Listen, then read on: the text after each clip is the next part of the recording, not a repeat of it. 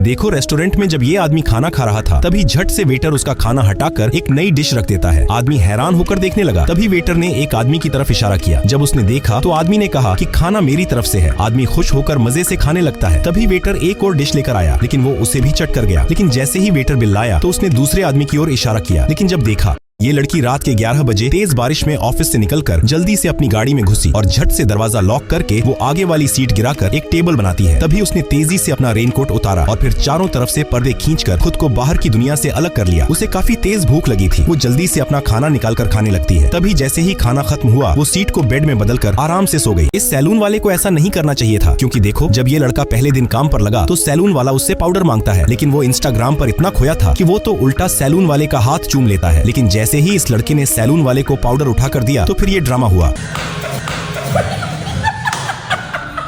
दोस्तों कमेंट में बताओ वो इंस्टाग्राम पर ऐसा क्या देख रहा था। ये लड़का एक नंबर का फट्टू है, क्योंकि देखो जब ये लड़का इस कांच से बने पुल को देखता है तो वो काफी डर जाता है। उसका दिल तेजी से धड़कने लगा, क्योंकि उसे लग रहा था कि शायद उसके चलने से ये पुल टूट जाएगा। लेकिन तभी उसके दोस्तों ने उसे पुल पर चलकर दिखाया। लेकिन जब वो नहीं माना तो उसका दोस्त उसे पुल पर खींचने लगा। लेकिन तभी उसने अपने दोस्त को भी गिरा दिया, जिससे सब लोग हंस हंस कर इस डरपोक को लाइक करने लगे। देखो ये लड़का एक छोटी सी मछली को पालने के लिए लाता है, लेकिन वो उसे हर सुबह अपने हाथों में लेकर देखता कि मछली कितनी बड़ी हुई है। लेकिन शुरुआत में मछली काफी धीरे धीरे बढ़ रही थी और ऐसे ही 16 दिन बीत गए। लेकिन 46वें दिन के बाद मछली काफी तेजी से बढ़ने लगती है। हर दिन उसमें चेंजिंग दिखने लगी। लेकिन 128 दिन बाद मछली इतनी खूबसूरत हो गई कि देखने वाले लाइक सब्सक्राइब करने लगे। इस बुढ़िया को आज पुलिस से मोदी जी भी नहीं बचा पाएंगे, क्योंकि ये एक शराब की बोतल को चुपके से गेट के अंदर लाने की कोशिश कर रही थी। लेकिन तभी एक लड़का मदद के लिए आया और उसने बुढ़िया को दूसरी बोतल भी पकड़ा दी। लेकिन तभी पता चला बुढ़िया तो अब बुरी तरह फंस चुकी है, क्योंकि अगर वो हाथ निकालेगी तो बोतल टूट जाएगी। इसी सोच विचार में रात के 12 बज चुके हैं, लेकिन बुढ़िया अभी भी यहीं फंसी हुई है।